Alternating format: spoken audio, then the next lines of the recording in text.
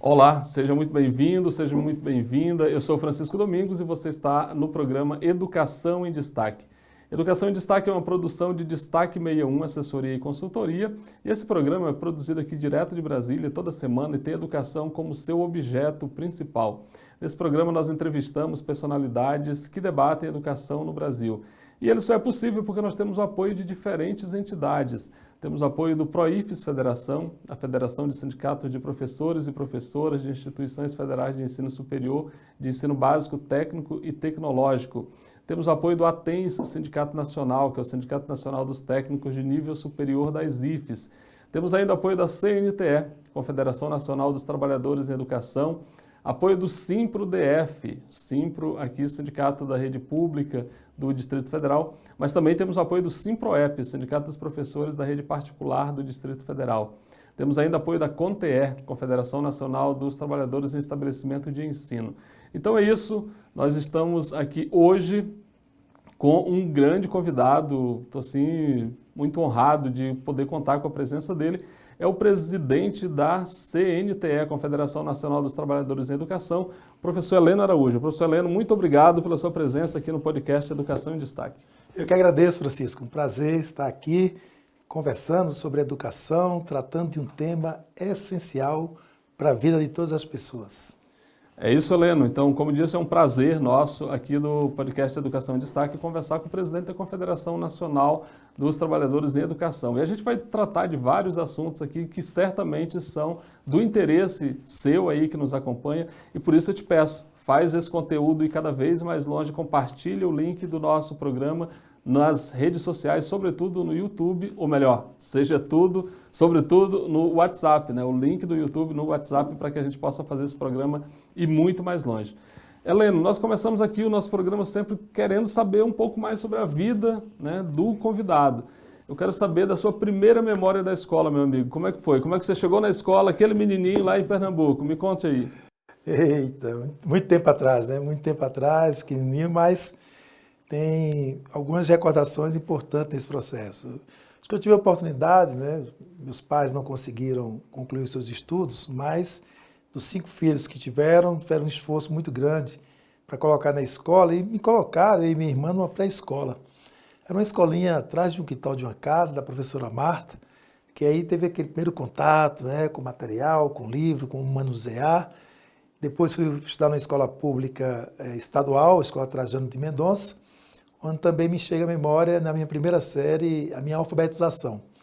Fui um dos primeiros da turma a ser alfabetizados, isso trouxe um frisson bem interessante que ficou na minha memória por muito tempo. Depois me desloquei para uma escola municipal pública também do Recife e depois segui meus estudos no ginásio pernambucano, ali no centro do Recife, tendo minha formação aí hoje, né, ensino fundamental e ensino médio.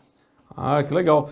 Então, mas e aí, você fez todo esse processo que todos nós fomos levados a fazer.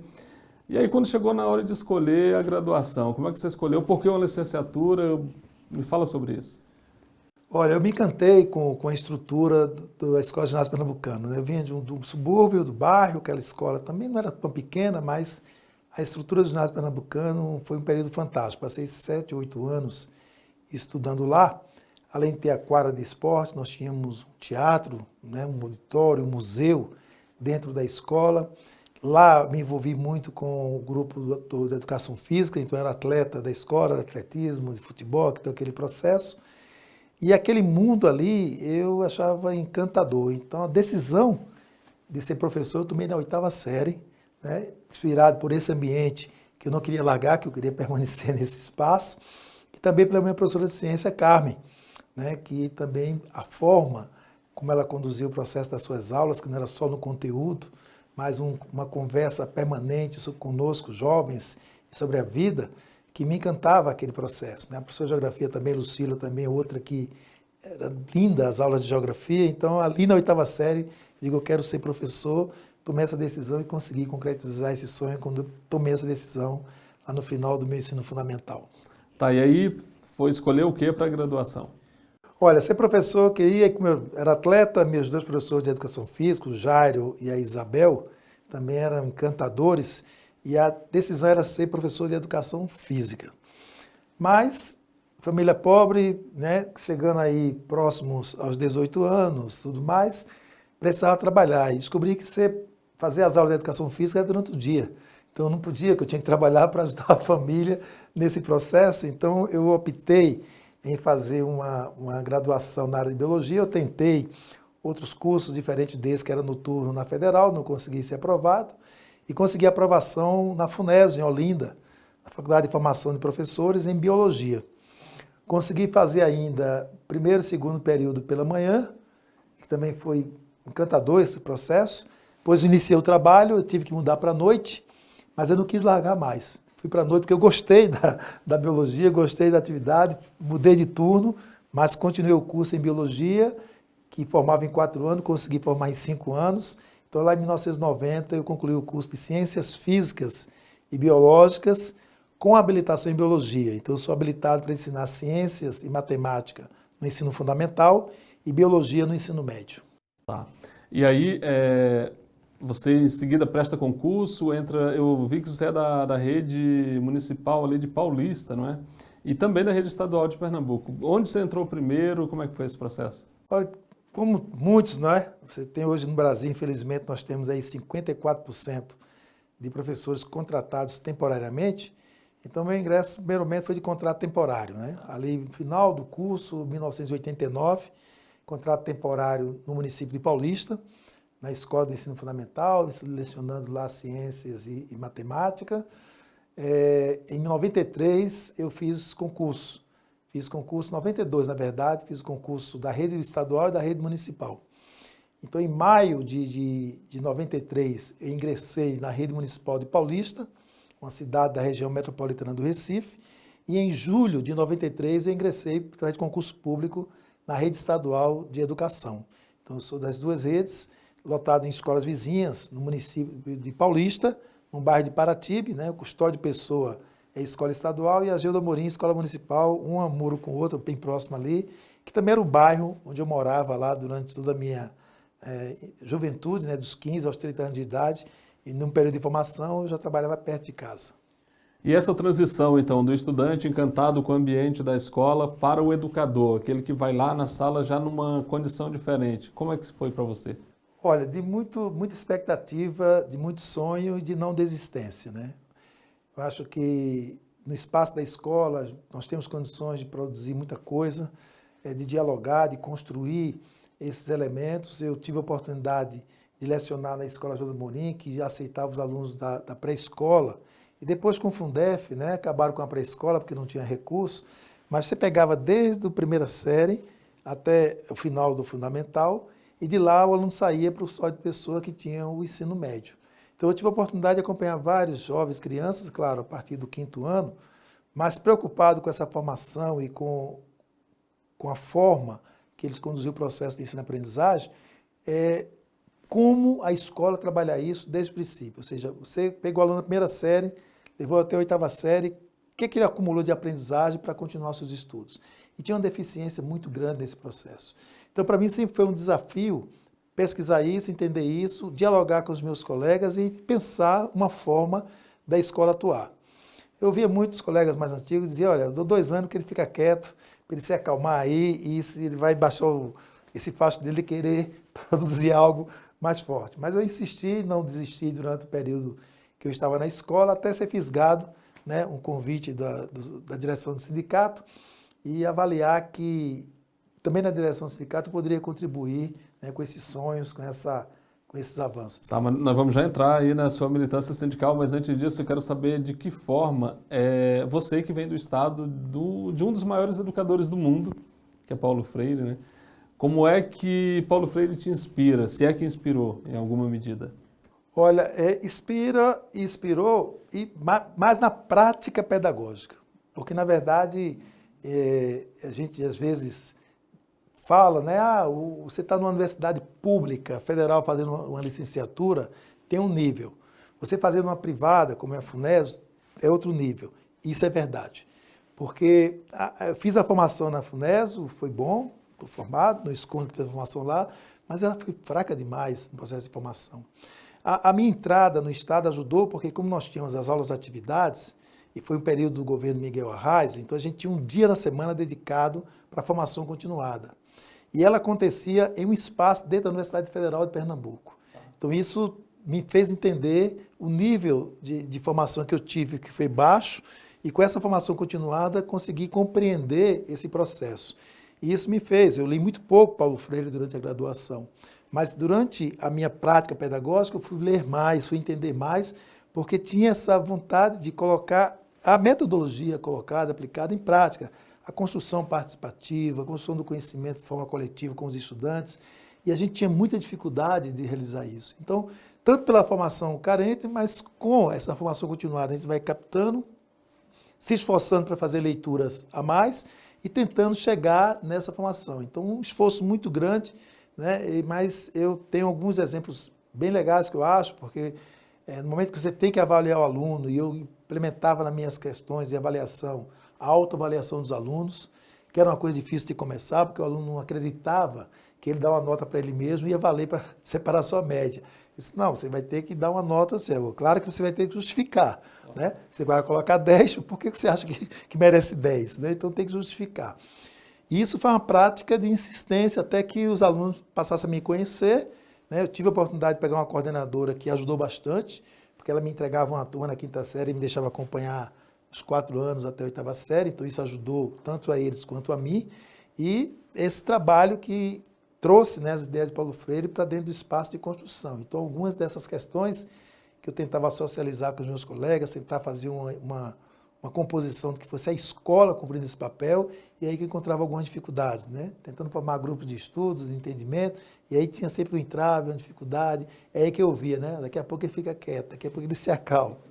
Ainda bem que eu não me acalmei. Pois é, então, e é interessante perceber que com essa experiência, quer dizer, me interessou aqui falar de Paulo Freire, porque pernambucano, enfim, e é uma inspiração para todo mundo que pensa a educação de uma forma crítica e tem compreensão da importância dela na transformação da sociedade.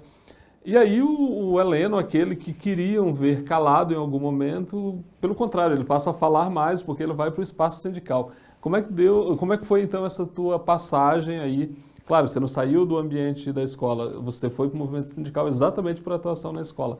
Como é que se dá essa passagem para a atuação no movimento sindical? Eu acho que o acúmulo vem também desse desejo de ser professor, na perspectiva de ajudar a transformar a sociedade, e que me levou também a ingressar no mundo, na juventude, em grupos jovens, dentro da comunidade. Depois formamos um grupo de teatro, né? Grupo de teatro Unidos pelo Ideal, para a gente trabalhar a perspectiva de teatro de rua, né? Teatro infantil, para levar para dentro das escolas. Isso tinha alguma relação com a Igreja Católica? Tem aqui, a gente também realizava a Paixão de Cristo, lá no bairro de Paulista. Passamos 8 anos realizando a Paixão de Cristo, o padre Renato nos ajudava nesse processo, mas também tinha a mão de um cenógrafo da TV Universitária, um profissional de lá que morava na vila e com seus filhos ajudava também esse processo. Então esse mundo do grupo jovem e do movimento teatral, né, leva a essa reflexão sobre a prática política que nós devemos ter enquanto cidadão e enquanto cidadã. Então, no dia que eu me apresentei à escola, no caso do Estado, estava em greve. Cheguei, me apresentei à diretora, entreguei meus documentos e disse, estou indo para a greve. E, ao chegar no local da greve, corri para um diretor para preencher a ficha de filiação de forma imediata. Nesse período, nós não tínhamos ainda sindicato organizado na rede municipal. Não tinha sindicato municipal lá de Paulista. Então, depois é que o sindicato foi surgir. O Sintep já existia desde 1990, também novo, né? Aí você estou falando de 93. Sim. Então, a gente já cheguei, me apresentei, fui para a greve, assinei lá a minha ficha de filiação e fui aí entrando nesse rumo, né, do debate e da ação sindical. Tá, mas aí você assume algum cargo na direção lá do sindicato local em Paulista ou continua ali só na condição mesmo de militante, depois é que ascende a cargos na direção do sindicato? Participava, né, de todas as assembleias, todas as atividades convocadas pelo sindicato, mas o que chegou foi essa minha vontade de querer acertar e trabalhar também era vista pelos membros da Secretaria de Educação. Então, eu fui convidado para coordenar uma formação ali por volta de 1996, né, 3 anos depois que eu estava atuando. Eu fui coordenar um grupo de formação no início do ano e na sala que eu estava coordenando as atividades entrou 2 diretoras do sindicato. Então, já conhecia, então quando eles entraram, eu digo, para tudo, vamos falar sobre o sindicato. Então, nessa conversa, elas apresentaram as demandas do sindicato, alguns contestaram, e eu fiz uma fala defendendo a postura do sindicato, porque eu acompanhava todo o debate, dá para perceber as divergências de grupos políticos, e as duas que estavam lá sempre levavam as ideias que eu achava que comungavam mais comigo. Então, eu fiz uma fala em defesa do sindicato e chamando também para essa luta, para esse processo de organização. Quando terminou a conversa, as duas chegaram perto de mim e me convidaram para uma reunião do grupo político que elas faziam parte, que é a Articulação Sindical lá do Sintep Pernambuco. Dia de sábado, uma reunião e tal. Eu digo, eu vou. Eu fui, né, nessa reunião e participei de outras. E isso era meados aí, metade do ano de 96, a eleição era em agosto. Então, quando foi fazer a composição da chapa, eu já fui convidado para compor a chapa, isso em agosto de 1996. Tá, ainda estamos no âmbito ali do município. Esse foi no Estado. Aí já Esse fazendo no Estado, porque tá. E aí você já foi para a direção do sindicato? Em 96, em que cargo? Fui eleito secretário de Políticas Sociais. Importante. E comecei uns trabalhos também de estudo, né? Porque era por isso, quando eu fui olhar o estatuto, tinha que lidar com as questões de gênero, né? Com as questões de educação especial. Então, eu tive que fazer alguns cursos de extensão também na Universidade Federal para poder entender esses conteúdos, ver como atuar. Mas aí uma companheira nossa, que era da Secretaria de Informação, 6 meses depois abandonou a direção. Aí com 6 meses eu fui deslocado da Políticas Sociais para a Secretaria de Formação do Sintep. E na Secretaria de Informação eu comecei a ter os cursos dentro da CUT, que a Sintep é filiada à CUT, e a CNTE, que naquele período tinha cursos regionalizados. Então o Nordeste, que é grande, a CNTE tinha Nordeste 1 e Nordeste 2. Então a gente participava dessa atividade de formação e eu coordenava o processo, participava das atividades e coordenava esse processo dentro do meu sindicato. Então passei uns 2 mandatos como secretário de formação, depois fui vice-presidente e depois presidente por 3 mandatos lá no Sinditep. Tá. Para quem está nos acompanhando aí, eu gostaria que o Heleno falasse do tamanho dessa máquina que ele geriu lá no estado de Pernambuco. Então, qual o tamanho do sindicato lá? Olha, o Sintep tem uma base entre ativos e aposentados em torno de 63 mil trabalhadores e trabalhadoras, né? Desse total aí, chegamos a ter em torno de 29 mil filiados. A partir de 1998, nós ampliamos essa base, porque nós começamos a representar também os servidores públicos da educação municipais. Então, tivemos uma ampliação dessa representação. Antes de chegar na presidência, também eu atuei como secretário-geral e presidente da CUT Pernambuco. E, nesse período, eu era vice-presidente do Sintep e tinha a tarefa de fazer o trabalho com os municipais para dentro do Sintep. Então, foi nesse período que nós também conseguimos essa ampliação da base com os municipais. E, a partir de 2005, né, assumi a presidência do sindicato. Tá, e daí para a CNTE, como é que foi? 2005 foi simultâneo, né? Eu estava na presidência da CUT, saí da presidência da CUT, fui para a presidência do Sintep e as eleições nesse período já aconteceram no mês de novembro. E em janeiro de 2006, eu fui indicado para a direção da CNTE. Então, na direção da CNTE, eu ocupei durante vários mandatos a Secretaria de Assuntos Educacionais e desde 2017 assumi a presidência da Confederação. 2017. Isso. Tá, Heleno, agora você vai detalhar também aqui para quem nos acompanha o tamanho da CNTE, porque a gente sabe que é a maior confederação provavelmente da América Latina para reunir tantos trabalhadores na área de educação. Então, detalhe aí, traz esses números para a gente. É verdade, você lembrou bem. Na América Latina, em número de sócios, a gente só perde para o Sindicato do México, porque lá no México a afiliação é obrigatória. Se aqui no Brasil a filiação fosse obrigatória ou se toda a nossa base fosse filiada, seria a maior confederação da América Latina. Por quê? Porque nós somos 4 milhões de trabalhadores e trabalhadoras na base da CNTE. E quem são esses 4 milhões? São 2,100 milhões de professores e professoras, que inclui aí os pedagogos, né, que nós consideramos especialistas, e mais 1.900.000 de funcionários da educação. Por quê? Porque a CNTE foi criada em 1989, fazendo uma junção de diversas, no caso era uma confederação de professores e de diversas associações de inspetores, supervisores, orientadores e de funcionários administrativos. Então, juntamos todo esse grupo em uma única confederação, a CNTE. Então, a nossa base ela é desde o porteiro da escola até o diretor da escola, ou seja, todos aqueles e aquelas que atuam na escola pública do nosso país, seja municipal ou estadual, é base da CNTE. Desse grupo aí, todo o trabalho que nós realizamos pela profissionalização, 2 milhões, nós consideramos são profissionalizados, entre professores e mais 100 mil funcionários da educação, porque ainda temos um grupo de professores que não são profissionalizados, ou seja, ele só tem ensino médio e é professor, tem alguns que só tem ensino fundamental e é professor, então não tem a profissionalização adequada, mas tem um cargo. E esse trabalho da profissionalização a gente quer alcançar toda essa base de representação.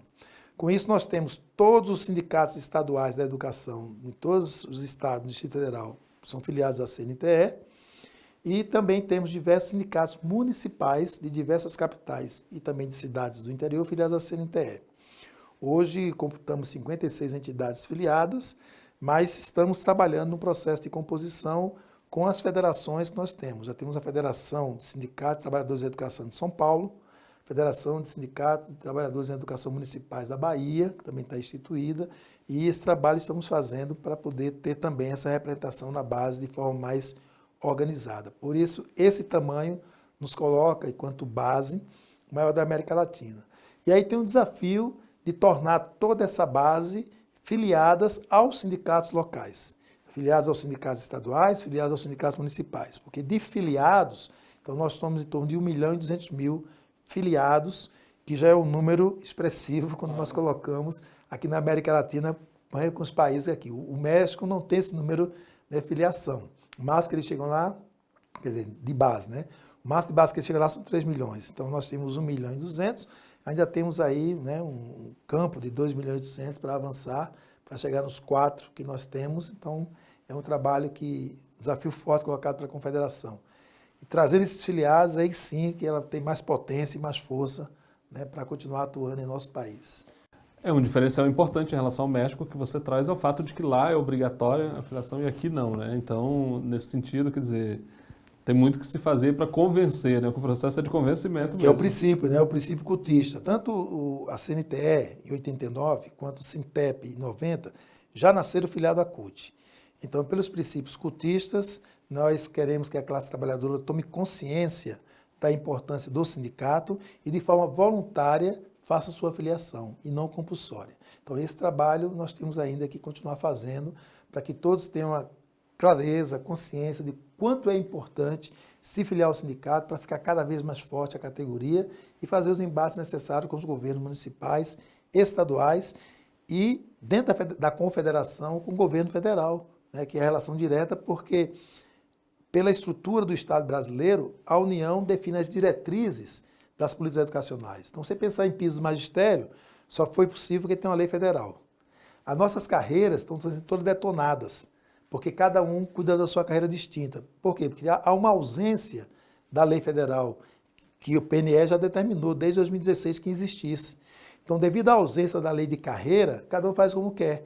Por isso que é importante também a confederação para conquistar essa carreira, como conquistou o piso, e aí você tem uma diretrizes nacionais para que todos os estados e municípios possam cumprir as leis federais. Heleno, você trouxe uma informação que é curiosa até.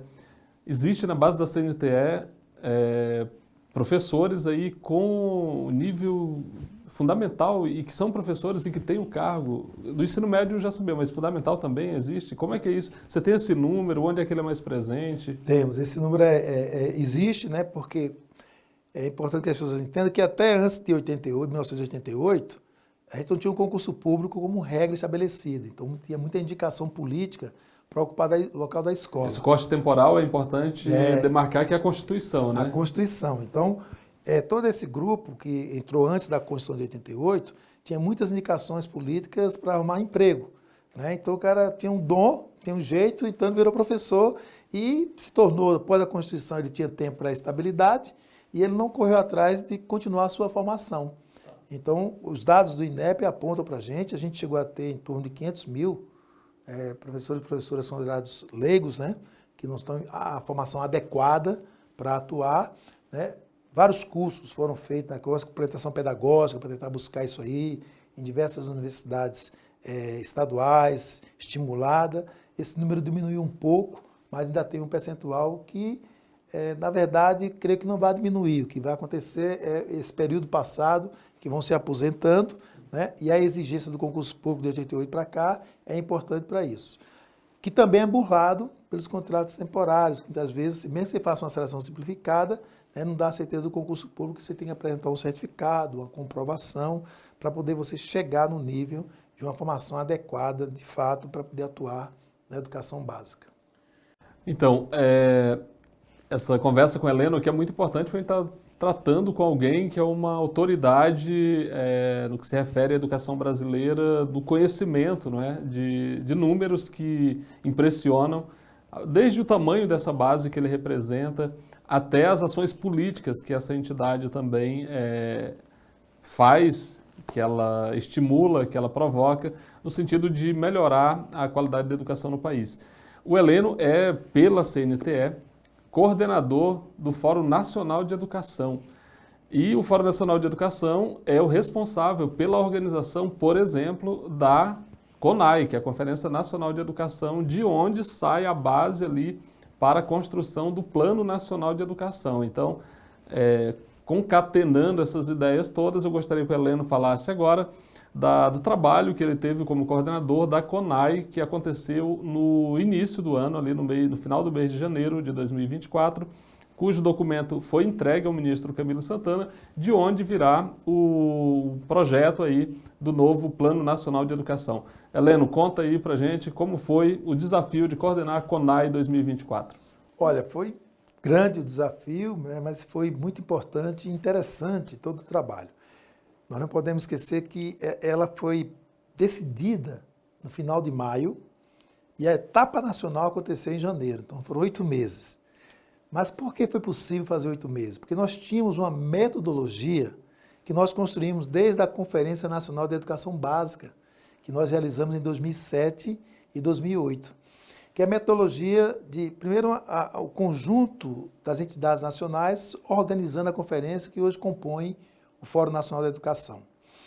A construção dentro desse espaço eclético, porque você tem o setor público, o setor privado, tem empresários, tem classe trabalhadora representada, os movimentos sociais, então todo um grupo. Mas qual foi a metodologia que nós criamos em 2006, né, para concretizar em 2007, com a CONEB, Conferência Nacional de Educação Básica? Foi que esse fórum deveria produzir um documento referência. Esse documento referência, ele é aprovado no fórum por consenso. Ou seja, qualquer entidade pública, privada, setor empresarial, trabalhador, se olha, não concordo com isso, sai. Então, só o que está em consenso. Esse documento referência, que foi consensuado dentro do fórum ou da comissão organizadora lá em 2006, ele foi para debate nas conferências municipais, estaduais e distrital. E poderia receber emendas desse documento. Então, cada entidade, aquilo que defendia, levava como emendas ao documento. Então, as emendas foram apresentadas na etapa municipal, seguiu para a etapa estadual. Aí, no caso, a estadual com a distrital faz o filtro e apresenta novas emendas, aprova e envia para a etapa nacional. A etapa nacional da conferência não se pode apresentar novas emendas, porque a lógica e o objetivo é trazer as propostas que venham de onde a política acontece. Vem do município, vem do estado, onde a gente atua. Então, nós não podemos colocar novas emendas na etapa nacional. O que a gente faz é sistematizar as emendas que chegaram ao documento referência, que se torna um documento base com as emendas, e essas emendas nós debatemos na etapa nacional. O que aprova, o que não aprova, né, tudo mais. Aquilo que foi aprovado transforma num documento final. E esse documento final serve de referência para a elaboração das políticas educacionais. Então, isso funcionou bem lá em 2008, tão bem que a plenária final deliberou em fazer a CONAI, a Conferência Nacional de Educação, que emendamos 2009 e 2010 com a mesma metodologia. Dessa construção, mostramos o documento base final para elaborar o Plano Nacional da Educação 2014-2024 e em 2014 realizamos outra conferência com essa mesma metodologia. Então, 3 conferências que teve começo, meio e fim no seu tempo marcado. Então, essa metodologia nós aplicamos também para essa edição extraordinária. Por quê? Porque, pela lei do Plano Nacional de Educação, a Conferência Nacional de Educação 2022 deveria ter produzido uma avaliação do atual Plano Nacional de Educação, feito um diagnóstico e apresentar proposta para o novo plano. Só que foi uma conferência com 400 pessoas, de forma remota, e que não teve conteúdo nem para avaliar o plano e nem para apontar propostas. Por isso que nós decidimos, em maio de 2023, fazer uma edição extraordinária da CONAI, para que a gente, de fato, pudesse avaliar. Aplicamos essa metodologia e deu certo. O documento de referência foi aprovado por consenso, colocamos à disposição do debate, tivemos o envolvimento de 4.337 municípios participando do debate, nós recebemos 8.651 emendas ao documento de referência. Sistematizamos o documento base e colocamos para apreciação da etapa nacional, que aconteceu dia 28, 29 e 30 de janeiro. Dia 30, na plenária final, deliberamos o que ficava, o que não ficava e fechamos o documento final. Esse documento final aprovado na CONAI, que nós colocamos como referência para elaborar o novo Plano Nacional de Educação, foi entregue todo organizado, sistematizado, no dia 15 de fevereiro, ao ministro da Educação, Camilo Santana. O ministro falou na abertura da conferência que esse documento é a base, é a referência para elaborar a minuta do Plano Nacional de Educação para a próxima década. O Ministério da Educação fez isso, e a informação que temos é que foi enviada à Casa Civil, e a Casa Civil agora está consultando os outros ministérios que têm relação com o tema. Ministério da Fazenda, Planejamento, Cultura e outros, para que lá na Casa Civil possa finalizar a elaboração do projeto de lei do Plano Nacional de Educação e o governo federal enviar ao Congresso Nacional.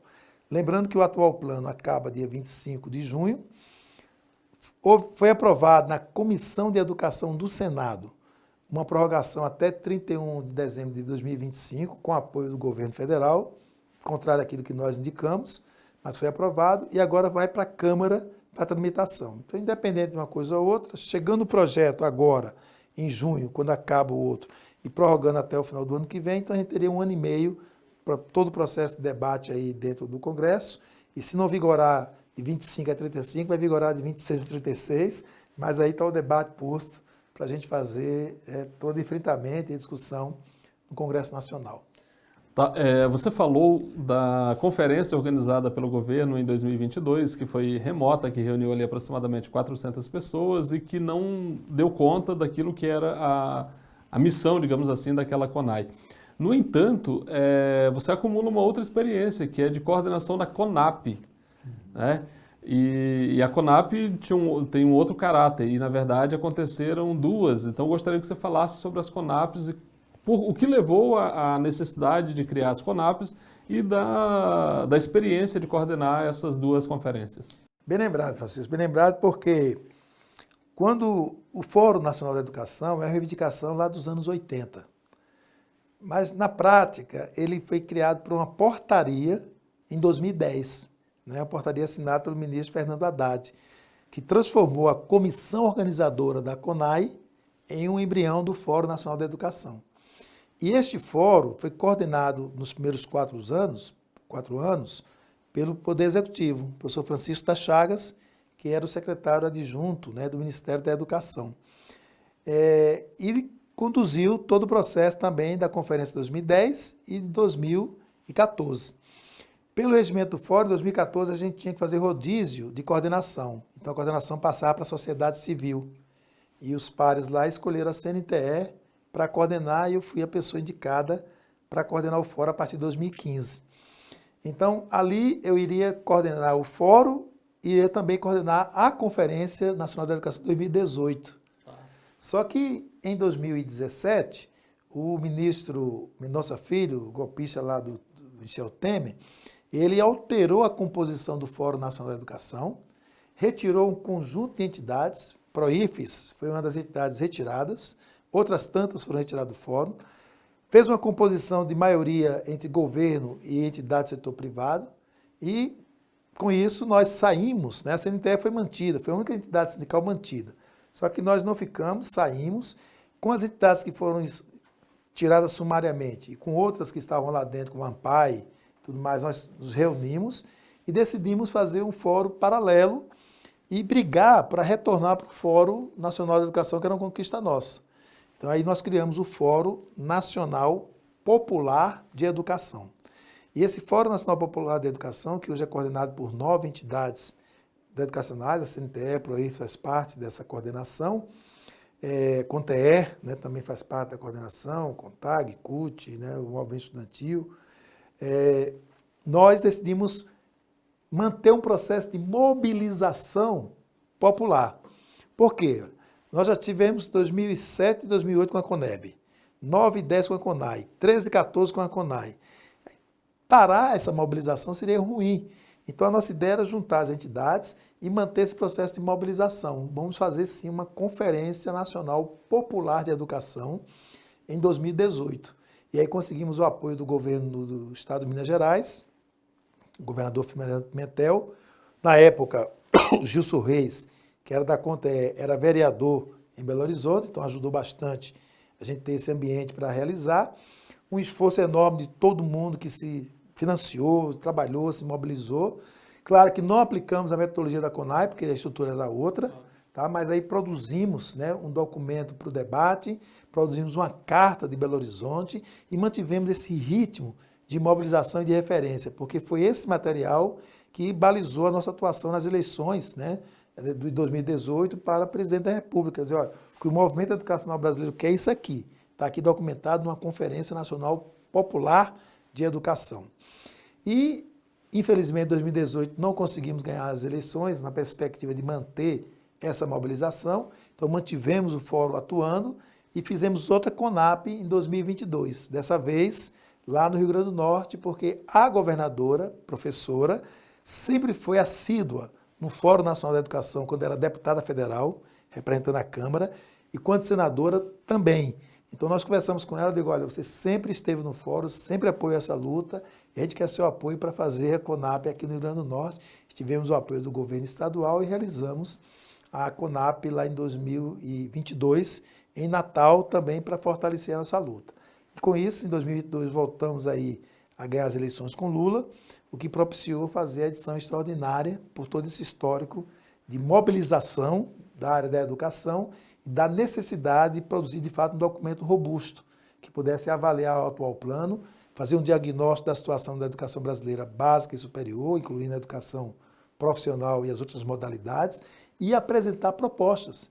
Inclusive, o nosso documento traz um eixo novo, que é a questões ambientais, né? O eixo 7, que está sendo no Rio Grande do Sul, os 28 projetos que tramitam no Congresso Nacional, que, se aprovados, vai destruir o meio ambiente. O que aconteceu no Rio Grande do Sul pode acontecer em toda parte do Brasil. Então, nós trouxemos esse debate para dentro da educação com o documento da CONAI no seu eixo 7. Então, como elemento de trabalho importante, até porque nós, né, a CNTE, a CONTE e o PROIVIS, nós somos filiados à Internacional da Educação, e a Internacional da Educação também tem um programa de Educar pelo Planeta, uma campanha, Educar pelo Planeta. Então, isso vai bem ao encontro do que está acontecendo no mundo e que a gente incluiu no documento final da CONAI 2024. Legal, a gente fez esse resgate, então, em relação às CONAPs, mas o Heleno já havia falado sobre a CONAI e o resultado final da CONAI, que foi esse documento entregue ao ministro, que hoje está na Casa Civil e serve de base para o que vem a ser aí o projeto de lei que vai tratar do novo Plano Nacional de Educação. Então, Heleno, eu gostaria de uma avaliação sua da CNTE com relação ao chamado novo ensino médio. Que pé que está o novo ensino médio? Como é que a CNTE está acompanhando esse debate? Primeiro, deixar bem forte assim, que de novo, né, ele não tem nada, porque, na verdade, é essa ânsia da elite brasileira de não permitir o acesso às políticas públicas. Você vê o governo Lula, o governo do presidente Dilma, teve um período de acesso, aumenta a matrícula da educação básica, aumenta a matrícula na universidade pública, número de institutos federais, que aumentou também. Então, eles não desejam, não permitem que a classe trabalhadora, que a população, que o povo tenha acesso à educação, porque sabem, se tivermos acesso à educação, a gente vai melhorar a nossa qualidade de vida, vai mudar a história que tem esse país, de domínio daqueles que têm muito dinheiro em nosso país. Então, esse processo fez com que, durante o governo golpista de Michel Temer, houvesse também um golpe no ensino médio. Por quê? Porque a gente estava debatendo. Olha, desde 2012, aí diz assim, mas você debate demais e não resolve. Essa não é a questão. É que há uma complexidade no ensino médio e não se resolve o ensino médio só com currículo. O ensino médio tem problemas. Hoje, 26% dos professores que lecionam matemática não são formados em matemática. 25% que lecionam português não são formados em língua portuguesa. Estamos falando de um quarto de professores que lecionam uma coisa que ele não domina. E como é que fica a situação do aluno? Aí quando vai para as provas de avaliação interna ou externa, aí o aluno se dá mal, aí cai nas costas dos professores a situação. Então, eles não vão na raiz do problema com relação ao ensino médio. Querem simplesmente mudar o currículo, mudar a forma, chamar de novo e dizer que é o caminho. Então, nós estávamos debatendo, discutindo, tinha um projeto de lei no Congresso Nacional, quem estava debatendo, que o Mancha lá de coisa, o Reginaldo Lopes, ele estava sendo relator, e ele foi atropelado também, por quê? Por uma medida provisória. E medida provisória editada pelo presidente da República, ao ser editada, tem que se cumprir.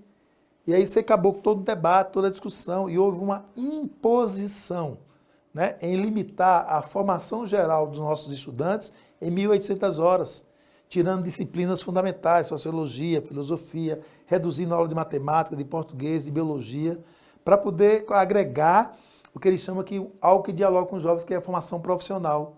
Só que a escola não está estruturada para a questão da formação profissional. E aí começaram a dar cursos bobos, aprender a fazer almofada, aprender a fazer brigadeiro, aprender a fazer bolo, coisas que eles dizem que é para o aluno aprender, começar a vender e ser um empreendedor, e fazer seu próprio dinheiro, como se assim, não tem emprego para todo mundo de qualidade, então vamos deixar aí os mais pobres se virar com qualquer coisa.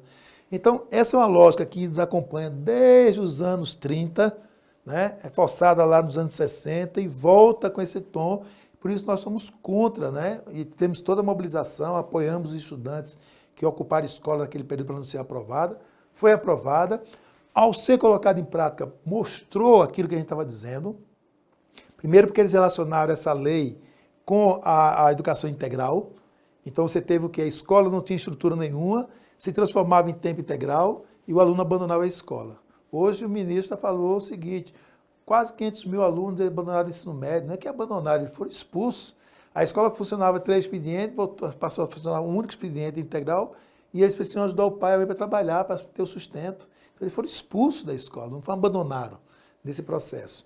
Então tudo isso fruto dessa lei de 2017. Por isso nós somos contra, pedimos mudanças. O governo federal atual fez uma pesquisa, um levantamento.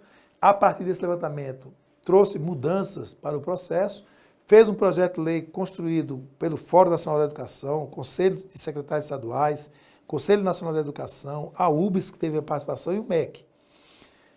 Não foi o projeto que a gente queria ainda, mas foi o que foi possível construir.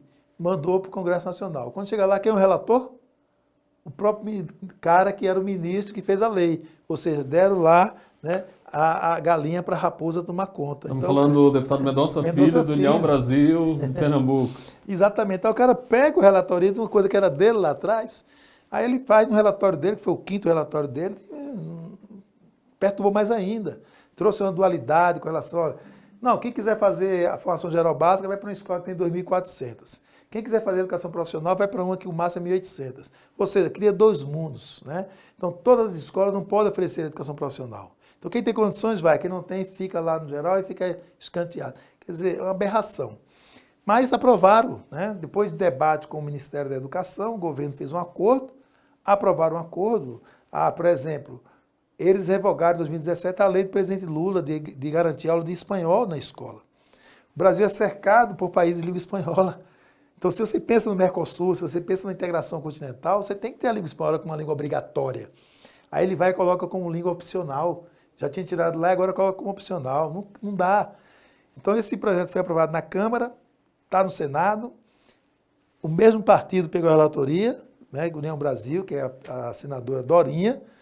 No caso, a senadora Dorinha é da área, é da educação. Mendonça não é, não tem nada a ver com a educação. Né? A única coisa que teve a ver com a educação foi na escola privada que ele estudou lá em Pernambuco.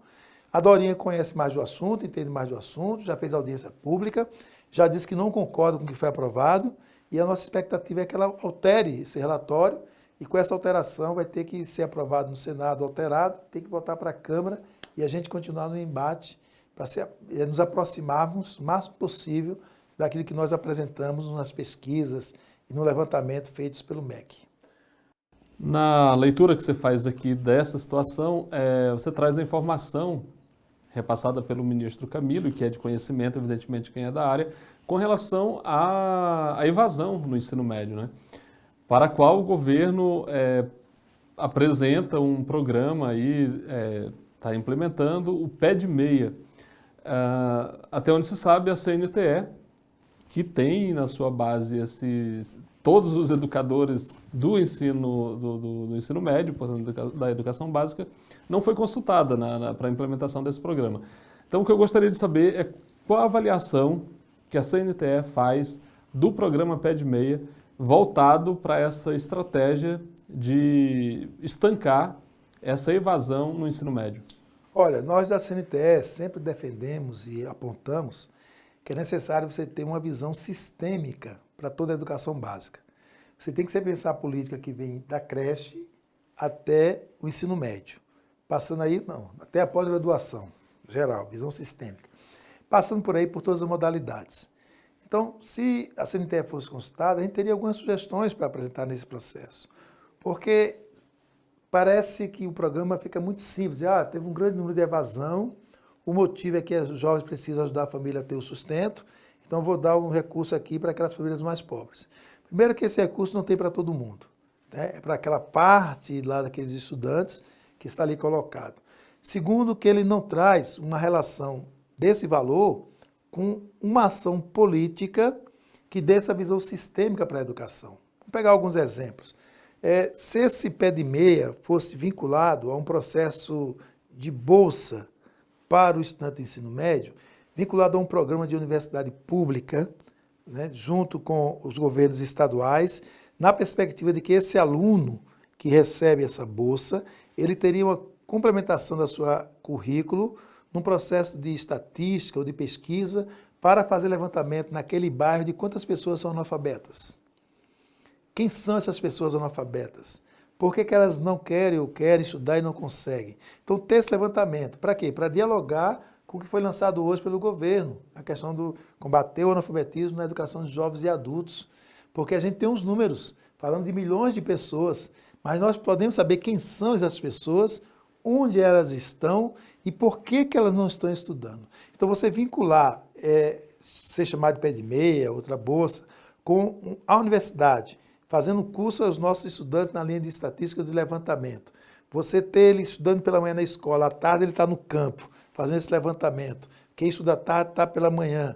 Então você teria uma complementariedade e um trabalho sistêmico melhor. Não só para a questão do analfabetismo, para a questão dos jovens e adultos que não concluíram a educação básica. Nós somos 68 milhões de pessoas. Onde estão essas pessoas? Por que elas não voltam a estudar? Quem está ouvindo? Eu não volto porque só tem a noite, eu trabalho à noite. Então, quem vai oferecer durante a tarde para que ele possa complementar? E vai ser uma aula igual que dá para os jovens lá normal, na idade certa, de 4 horas, se for, não vai andar. Tem que ser uma coisa mais objetiva, mais direta, mais focada e vinculando a formação pedagógica com o mundo do trabalho que ele está envolvido. Então, tudo isso você poderia levantar com a atuação dos jovens do ensino médio, vinculado esse trabalho com a bolsa, onde você já ingressaria esses jovens no mundo onde a escola está inserida e no mundo social. Porque muitas vezes o jovem está na escola estudando coisas de toda parte do mundo e não conhece a sua realidade local. Então você teria condições de aprimorar e, quem sabe, né, com as fundações que nós temos em cada estado, que faz pesquisa para o CNPq, para a CAPES e tudo mais, você gera recursos para atender todos os estudantes do ensino médio daquela localidade que estivessem envolvidos com alguma linha de pesquisa de levantamento. Então você já preparava esse menino para entrar na realidade local, preparava para continuar seus estudos na universidade, traria mais compromisso a esses jovens com a sua comunidade e com as pessoas da comunidade. Então, essas questões que não foram debatidas, porque chamam todos especialistas e não chamam quem está dentro da escola, e acha que a gente está dentro da escola, não pensa, não tem ideias, não tem propostas, aí eu acho que por isso deixaram a CNTE de lado, porque são trabalhadores só para executar a política, né? E nós estamos dizendo que não estamos aqui só para executar a política. Somos Paulo Freireano. Queremos discutir, elaborar, implementar, avaliar e reavaliar o processo. Heleno, de tudo que você falou, a gente pode concluir que esse programa, o Pé de Meia, ele tem muito mais um caráter de ser um programa de transferência de renda para uma parcela da população aí carente, do que exatamente um programa que está comprometido em resolver aquilo que ele diz que é um problema a ser enfrentado. Verdade. Você tem um programa que você poderia dar várias frentes para ele fica focado na complementação de renda para segurar o aluno na escola. E sem dar as outras dimensões dessa sua formação, dessa sua realidade. Essa é a crítica que a gente faz, que a gente poderia potencializar mais, né, mas ter a oportunidade de nos ouvir. Então eu conversei aqui com o Heleno, que eu agradeço demais pela conversa, mas o Heleno não vai sair do programa, não vai deixar o programa sem antes deixar para a gente aí uma dica de leitura. É importante, final de semana chegando aí, então que o Heleno deixe uma dica de leitura aqui para você que nos acompanha. Heleno, o que você sugere hoje para quem nos acompanha aqui no Educação em Destaque? Olha, nesse mundo da educação, a gente tem que fazer um enfrentamento às questões neoliberais, né? Então a gente sabe, todo mundo sabe, as fundações privadas estão tomando conta do espaço da escola. Não é uma novidade do Brasil, né? Então nós temos a França, que foi um país de fato republicano, que garantiu escola republicana para todo mundo, passou também por esse período e passa ainda. Por isso eu gosto muito do livro do Christian Laval, o francês, que diz que a escola não é empresa. E quando eu fiz a leitura desse livro, foi assim, tudo que a gente está discutindo aqui, praticando, tudo ele coloca na lei. Ele estava falando da França. Parecia que ele está falando do Brasil, do que está acontecendo hoje no Brasil. Então é um livro que é interessante, a escola não é empresa, para a gente fazer esse enfrentamento com a Fundação Lehman, Todos pela Educação, todos esses que têm um discurso de que estão ajudando a educação com suas fundações, mas na verdade eles terminam estimulando e executando um processo de privatização dessas escolas, como está fazendo o Ratinho no Paraná, o Tarcísio em São Paulo, o Zema em Minas Gerais, e que é terrível, porque são grandes estados do nosso país e que há uma preocupação muito grande que esses estados implementem isso e se espalhem isso pelo Brasil todo. Então eu recomendo essa leitura para poder a gente ter um exército aí contra essas medidas. Heleno, muito obrigado pela conversa. E você que nos acompanhou aqui até agora, então faz aquilo que eu pedi lá no comecinho do programa. Compartilha esse link, faz com que mais gente possa ter acesso a esse conteúdo que é da maior importância. Heleno trouxe aqui informações muito importantes para quem milita na área da educação, para quem quer conhecer cada vez mais esse universo que é a educação brasileira. Muito obrigado pela sua companhia.